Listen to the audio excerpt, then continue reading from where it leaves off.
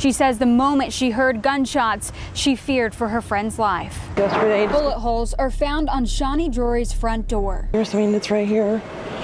They're all of them are right here. Her doorstop is where Marshana Struggs was shot and killed while trying to run from her boyfriend. On July 19th, 2024, park at Cumberland Apartments, Harris County, Texas. A woman's phone rings. Her boyfriend has been pulled over in her car. He needs his insurance card. She grabs it and drives to meet him. When she arrives, he's gone. Marshana Struggs, 29 years old, returns to the apartment complex. She finds Nicholas Finley, 34, sitting in her vehicle. What happens next unfolds in front of witnesses. A confrontation begins. Struggs realizes something is wrong. She runs through the parking lot, past buildings, trying door handles, looking for escape. She makes it to a neighbor's truck, gets inside. Finley follows. 4 or 5 shots through the window. Struggs stumbles out, runs again. She doesn't make it far. Finley stands over her, raises his pistol, unloads 8 more rounds into her body. Neighbors watch from their windows. Some call 911. Others freeze. The sound of gunfire echoes through the complex. Then silence. Finley takes Struggs' purse, takes her car keys, drives away in her vehicle. By the time deputies arrive, Marshana Struggs is dead on the pavement. The Harris County Sheriff's Office launches a manhunt. They find Finley, arrest him, charge him with capital murder. A judge denies bond. But the question remains, what triggered the execution-style killing? Reports suggest a financial dispute. Struggs earned money through OnlyFans. Finley allegedly wanted a share of her revenue. She refused. The refusal may have cost her everything. This is the complete story, every action, every chilling detail. Welcome to Everyday True Crime. Make sure to subscribe and hit the notification bell so you never miss a case. Stay with us for more gripping investigations and raw true crime stories delivered daily. Now let's dive in. We are hearing from a woman who says she watched a mother try to run away from her boyfriend's gunfire. 34-year-old Nicholas Finley now is charged with capital murder after detectives say he robbed and killed his 29-year-old girlfriend, Marshana Struggs. It happened at the park at Cumberland Apartments on July 19th. KPRC2 reporter Corley Peel shares what the witness saw before the shots were fired. The neighbor tells me she did not know Marshana Struggs for very long, but she says she was beautiful and kind. She says the moment she heard gunshots, she feared for her friend's life. Bullet holes are found on Shawnee Drury's front door. It's right here. They're all of them are right here. Her doorstop is where Marshana Struggs was shot and killed while trying to run from her boyfriend, Nicholas Finley. Drury recalls how it unfolded. His lady got pulled over, and he needed her to bring the insurance card. And so my roommate took her to go down there, and he wasn't there. So when they came back, he was sitting right here in her car, and she jumped out and had a confrontation with him. And he shot her a couple times. My boyfriend pushed me back in the house, and we just went in the bathroom, and I just had my hands over my head, and it was so loud. I thought he was coming in the house because he kept saying he was going to kill everybody in the house. He was going to kill us for helping her. Drury says Struggs fought to get away. She made it into my truck, I guess, and he shot her 4 or 5 more times over there, and then she managed to make it over here at that point. And he shot her like 8 more times. It was just so senseless, so senseless. Marshana Struggs was 29 years old when she died on July 19th, 2024. Born and raised in Louisiana, she had recently made the move to Houston, Texas, seeking opportunities that her home state couldn't provide. Her family described her as loving, loyal, kind, and beautiful. More than just descriptors, these words reflected her role within her family structure. Marshana functioned as the family's rock, a central figure whose presence held significance beyond typical sibling or familial relationships. The details of her educational background remain limited in public records. What is documented, however, is her journey from Louisiana to Texas, a migration pattern common among those seeking economic advancement. Houston represented possibility. It represented a fresh start for a single mother determined to provide better circumstances for her child. Messina had an 8-year-old son. Every decision she made factored in his well-being and future. The move to Houston wasn't about personal ambition alone. It was calculated around creating opportunities for her child that might not exist in Louisiana. She worked to provide. She sacrificed to ensure his future would differ from her present. Her relationship with her son was observed by neighbors. Shawnee Drury, who lived in the park at Cumberland Apartments where Messina resided, specifically noted that Messina was a loving mother. This observation from a neighbor, someone with limited but direct exposure to Messina's daily life, carries weight. Neighbors see the unfiltered moments, the morning routines, the returns from school, the interactions that define actual parenting rather than performed parenting. The park at Cumberland Apartments, located at 505 Cypress Station Drive in Harris County, became Messina's new home. The complex sits near North Freeway, a detail that would become significant on the day of her death. She had been there for a relatively short period, recent enough that neighbors still formed first impressions, but long enough to establish herself as someone approachable and friendly. Being new to an area creates specific vulnerabilities. Messina was away from her Louisiana support system. Family members who might notice concerning patterns in a relationship were states away. The built-in accountability that comes from living near people who've known you for years didn't exist in her Houston life. This isolation, geographic, social, and structural, created conditions where domestic violence could escalate without the natural interventions that proximity to family often provides. Despite these challenges, Messina built relationships in her new community. She interacted with neighbors like Shawnee Drury. She made impressions described as positive, beautiful, kind, friendly. For a single mother navigating life alone in a new city, these connections mattered. They represented the beginning of a support network. They showed her capacity to create community even in unfamiliar territory. Her absence would be felt, not just as a statistic, not just as a news story, but as the loss of a specific person who had made specific impressions on specific people in a specific place. The woman neighbors would remember. To understand Messina's work, context is required. OnlyFans launched in 2016 as a subscription-based content platform. During the COVID-19 pandemic, the platform experienced explosive growth. By 2024, it hosted over 4 million creators and 370 million users worldwide. The business model is straightforward. Creators earn 80% of revenue generated from their content. The platform retains 20%.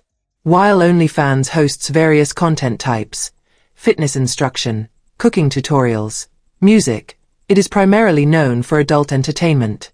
This association shapes public perception of creators and influences how society treats their work, their earnings, and ultimately their worth as human beings. The average OnlyFans creator earns approximately $1,300 per year. The distribution is heavily skewed. Top creators generate millions. The majority make modest income. For some, it supplements other work. For others, it represents primary income. The appeal centers on autonomy, control over content, schedule, and business decisions.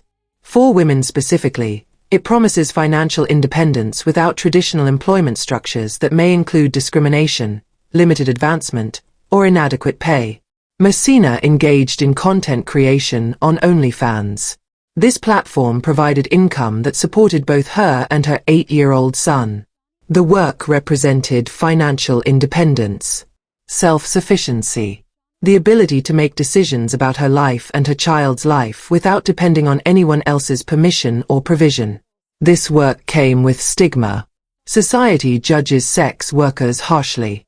Women who engage in any form of sex work, whether in person or digital, face assumptions about their character, their choices, and their value. These judgments create barriers to accessing help when needed. They create reluctance to report abuse to law enforcement. They create isolation from traditional support systems that might condemn the work while claiming to support the worker. Messina managed both public and private personas. The vulnerability of online sex work extends beyond the content itself. Creators face harassment, stalking, doxing, and in cases like Messina's, intimate partner violence connected to their earnings. The American dream through digital entrepreneurship. That's what platforms like OnlyFans market. Build your brand. Be your own boss. Control your income. But autonomy over one's own body and business decisions can become a threat, particularly when a partner believes those earnings belong to them. Financial abuse patterns in online content creation follow predictable trajectories. Partners demand access to earnings. They claim entitlement to income generated from the creator's body, time, and labor. This pattern has a name within trafficking circles: the boyfriend method of exploitation. Economic coercion takes multiple forms. Traffickers use OnlyFans to exploit creators, taking the majority of earnings while maintaining control over accounts. Agencies promise support but extract unsustainable percentages. Third-party control of creator accounts means the person performing the work doesn't control the product of their labor. Paywalls hide this exploitation from law enforcement observation. For creators in intimate relationships, the dynamics can be equally controlling without formal trafficking structures. A partner demands percentages, monitors earnings, questions expenses, uses access to financial information as leverage. The illusion of control and independence persists until the creator attempts to establish actual boundaries around their money. This vulnerability to intimate partner violence increases for sex workers across categories. The work itself becomes weaponized. Partners threaten exposure to family. They threaten to distribute content beyond platform boundaries. They leverage social stigma against the creator, knowing that calling police might result in judgment rather than protection. Nicholas Finley allegedly demanded a share of Messina's OnlyFans revenue. The specific percentages, amounts, or duration of these demands aren't detailed in public records. What is reported is her refusal. Messina declined to split her earnings with him. This refusal represented financial independence asserting itself against economic abuse. Her earnings belonged to her. She generated the content. She managed the account. She performed the labor. The fundamental right to one's own income came into direct conflict with Finley's apparent belief that her earnings were somehow communal property subject to his access. Financial independence functioned as a threat to an abuser. When economic control fails, when the victim has their own money, their own resources, their own means of survival without the abuser, violence often escalates. Money as a weapon loses effectiveness. The abuser must find other mechanisms of control. Economic abuse escalating to physical violence follows documented patterns in domestic violence research. The most dangerous time for a victim is when they attempt to leave or establish independence. Financial independence enables leaving. It removes a key barrier to escape. For an abuser, this represents loss of control. For Messina, saying no to splitting her earnings carried deadly consequences. The price she paid for independence was her life. Nicholas F. Finley was 34 years old at the time of the murder. Born November 7, 1989, he was Messina's boyfriend, though reports suggest an on-again, off-again relationship pattern. These cyclical relationships, breaking up and reuniting repeatedly, indicate instability and often mask escalating abuse that victims attempt to escape before being drawn back through manipulation, promises, or threats. Finley had access to Messina's vehicle and belongings. This level of access speaks to intimacy and trust. She allowed him to use her car. He knew where she lived. He had means to contact her at any time. These details, seemingly minor, become significant when examining how the murder unfolded. On social media, Nicholas Finley presented as Freshie or Nick. His online presence positioned him within conscious community circles, networks of individuals who present themselves as pro-black activists, focused on black empowerment and often advocating for RBG, red, black, and green ideology connected to Pan-Africanism and black liberation movements. His posts included content about black empowerment. He shared erotic poetry and artistic expressions. He appeared in photos with known activists and personalities within these circles. His associations included figures like pro-BLK Thought and others in Houston's conscious community. This public persona served specific functions. It created credibility. It provided cover. It allowed him to position himself as someone concerned with black women's well-being while privately engaging in the exact behaviors that harm black women most: intimate partner violence, financial abuse, and ultimately murder. The hypocrisy of his public versus private behavior illustrates a dangerous pattern. Abusers don't announce themselves as abusers. They don't wear signs identifying their violence. Instead, many craft careful public images that contradict their private actions. Progressive language becomes a mask. Political consciousness becomes performance. The community sees the public figure. The victim experiences the private violence. Public advocacy for black women while privately abusing a black woman. Professing love of women while controlling a partner's financial autonomy. The performance of consciousness without the practice of respecting a woman's basic human rights to safety, autonomy, and bodily integrity. This contradiction isn't unique to Finley. It represents a broader pattern within activist spaces where political correctness in public coexists with private abuse. Using social justice language to mask abuse is particularly insidious because it creates cognitive dissonance for victims and observers. How can someone who speaks so eloquently about liberation be an abuser? The public persona provides armor against accountability. The community's response, or lack thereof, after Messina's murder revealed these dynamics. Those who remained silent. Fellow conscious community members who failed to condemn. The photos with known figures that suddenly became uncomfortable evidence of association. The betrayal of stated principles became visible through inaction. Domestic violence hiding behind political rhetoric represents danger beyond the individual case. It creates environments where victims doubt their own experiences.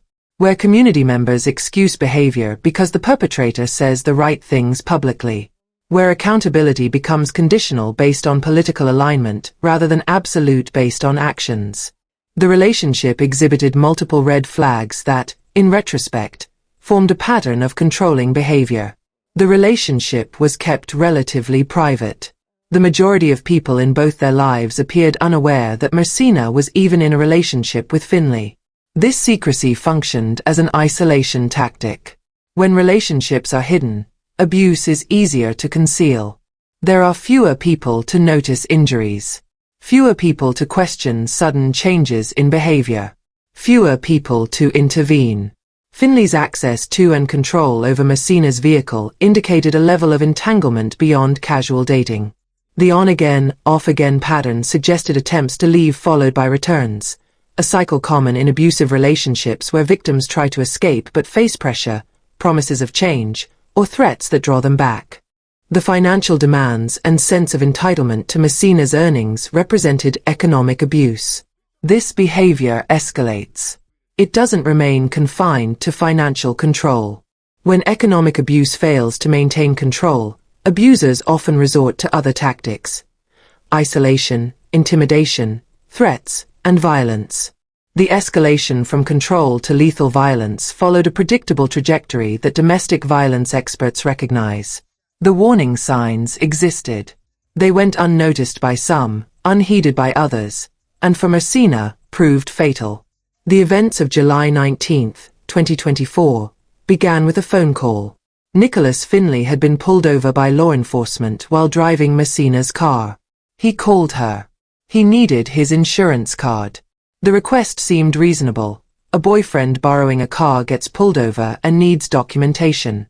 A simple problem with a simple solution. Messina's decision to help, despite whatever tensions existed in their relationship, reflected either ongoing connection or inability to refuse. Domestic violence victims often maintain contact with abusers for complex reasons. genuine feelings that persist despite abuse, fear of retaliation if they refuse contact, financial entanglement, or simple exhaustion from the energy required to maintain constant boundaries against someone determined to breach them. Shawnee Drury's roommate drove Mersina to meet Finley at the location of the traffic stop. They arrived to find he wasn't there. This absence created confusion and concern. Where was he? Why call her to bring the insurance card if he wouldn't be there to receive it? The situation already felt wrong. They returned to the park at Cumberland Apartments. The simple errand was becoming something else. What should have been a quick drop-off of an insurance card was transforming into the final journey of Mersina's life.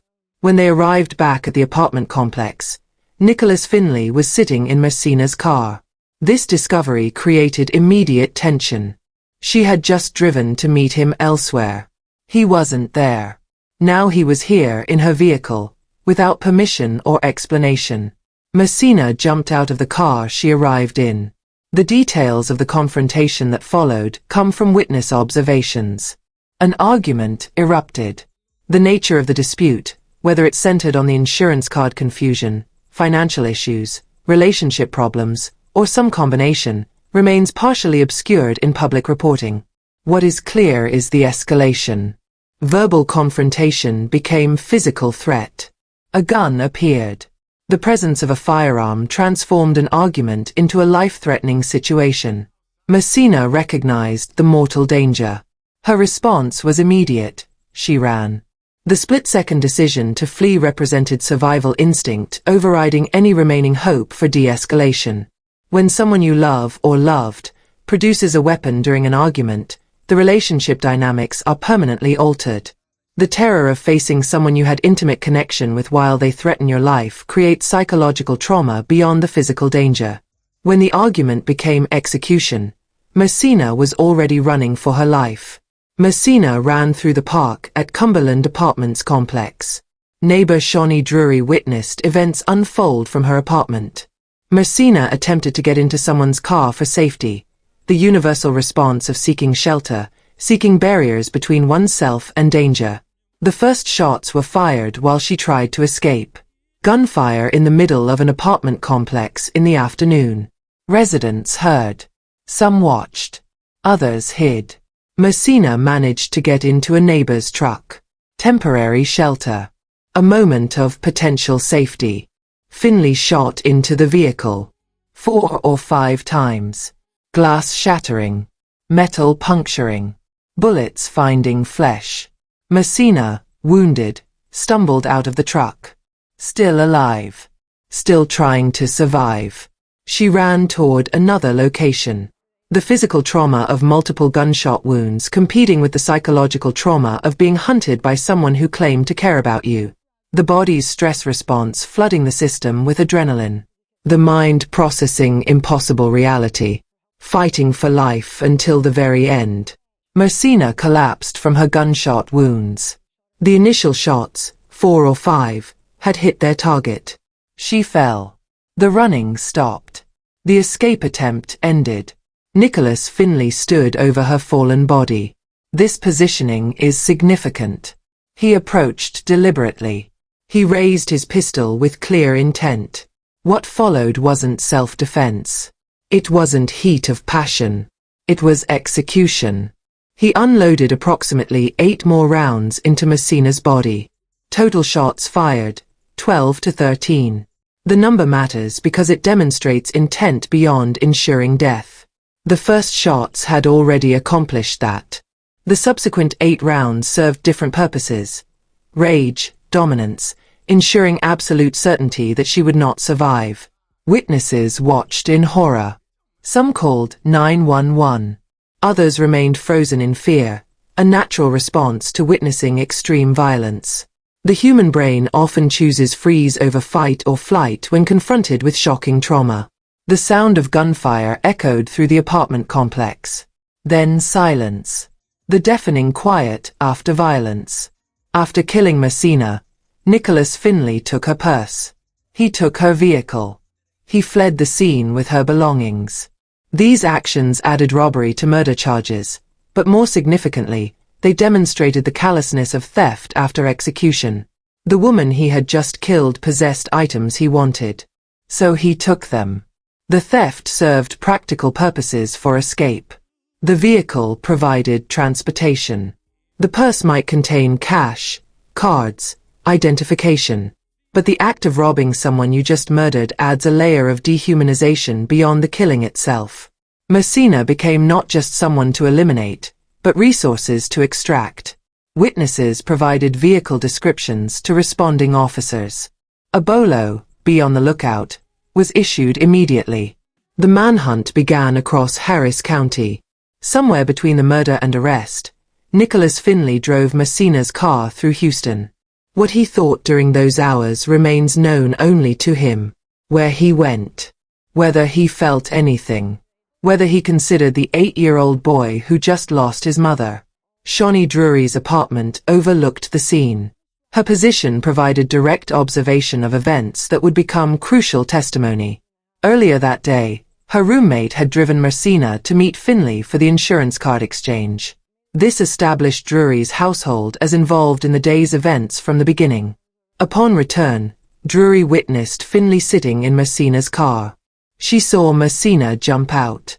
She saw the confrontation begin. She heard the first shots fired. She watched Messina try to escape, the frantic running, the attempt to find shelter, the desperate survival instinct. As the shooting continued, Drury hid in her bathroom with her hands over her head. The gunfire was loud. Close proximity to violence creates auditory trauma.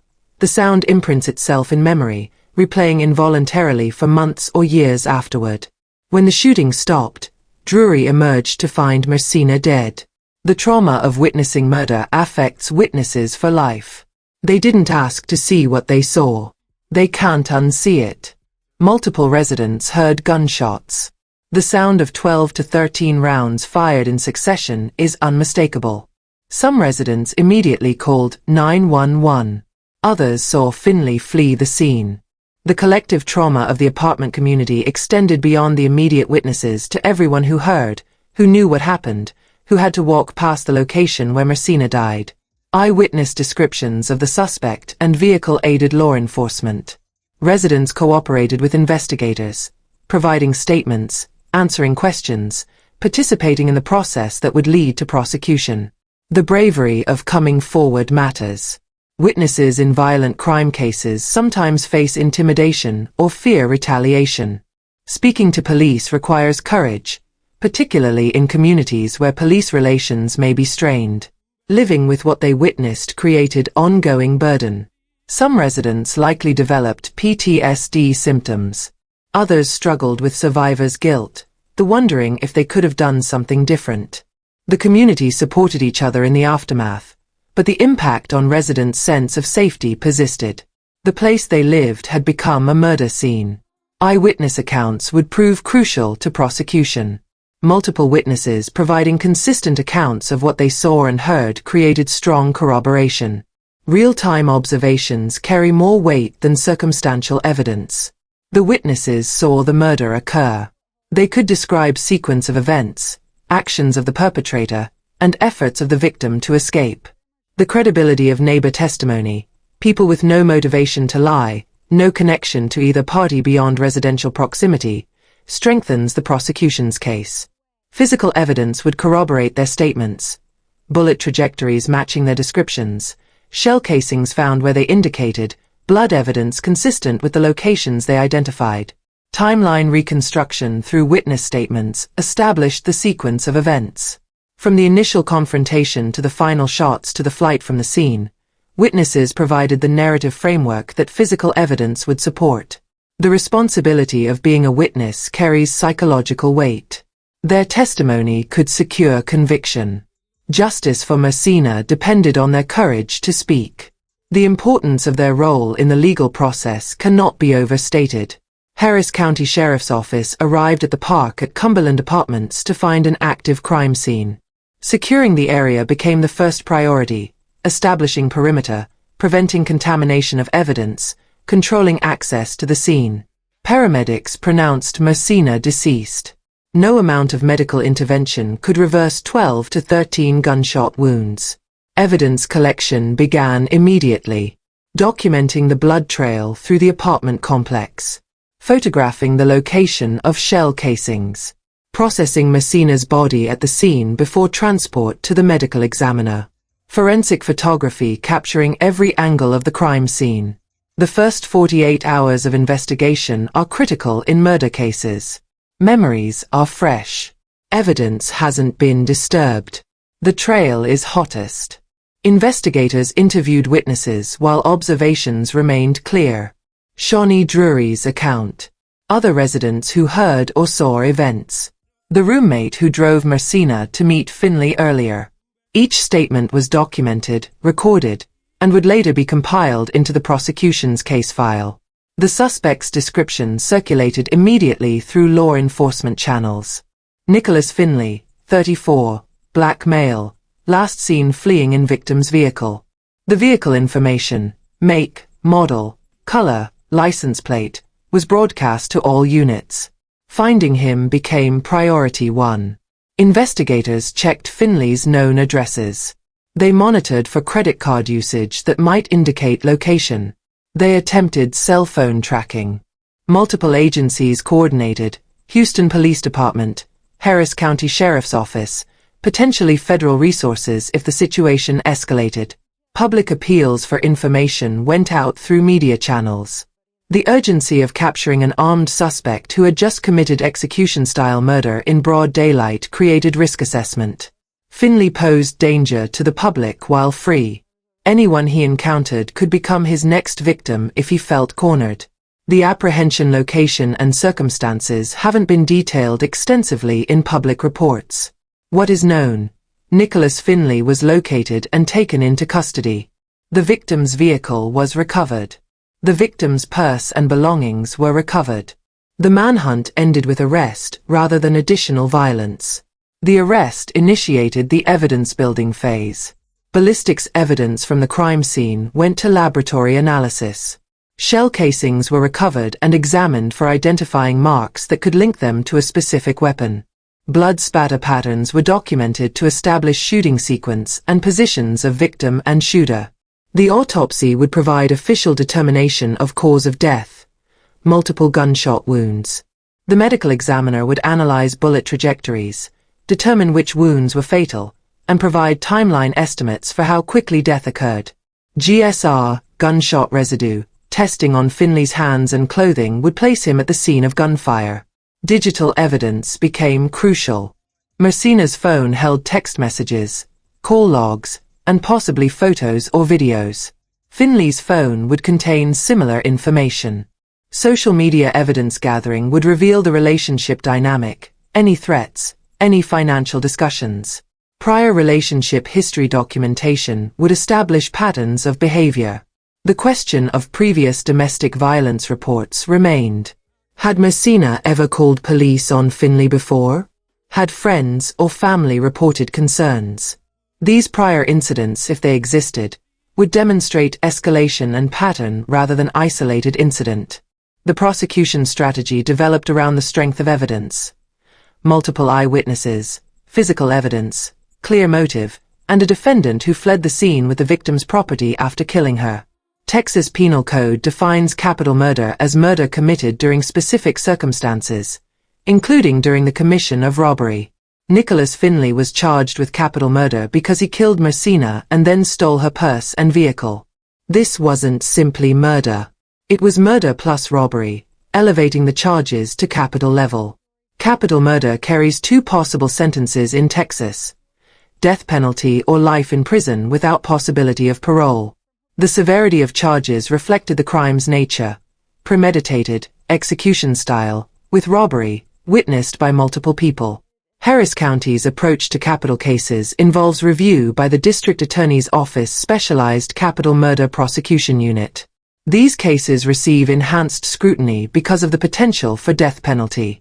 Grand jury indictment formally charged Finley with capital murder. Nicholas Finley's initial court appearance addressed bond. The prosecution argued against any bond: flight risk, danger to community, severity of charges, strength of evidence. The defendant had already demonstrated willingness to flee. He left the scene and was apprehended during manhunt. He had just executed someone in front of witnesses. The judge's determination. Bond denied. Finley was remanded to Harris County Jail to await trial. Pre-trial detention for capital murder defendants is standard, particularly when evidence is overwhelming and flight risk is established. Nicholas Finley would prepare for trial from behind bars. Arraignment followed, where Finley entered his plea. Pre-trial motions were filed by both sides. Discovery process allowed defense access to prosecution evidence. Witness lists were compiled. Expert witnesses were retained, forensic specialists, domestic violence experts, psychologists potentially. Trial date setting in capital cases takes time. The complexity of death penalty cases requires extensive preparation. Competency evaluations ensure the defendant can participate in his own defense. Continuances and delays are common as both sides prepare for what could be a death penalty trial. As of February 2026, the case status through the court system continues. Whether trial has concluded, what verdict was reached, and what sentence was imposed would depend on the actual progression of this real case through the Harris County criminal justice system. The wheels of justice turn slowly, particularly in capital cases where thoroughness is required and appeals are expected regardless of verdict. If this story gripped your heart and left you questioning the truth, don't forget to hit that like button and share it with others who need to hear it.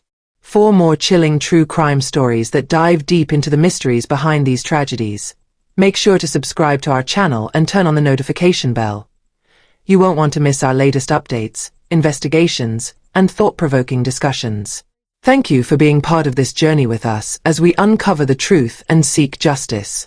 Together, we can make a difference. Stay safe, stay aware, and we'll see you in the next one.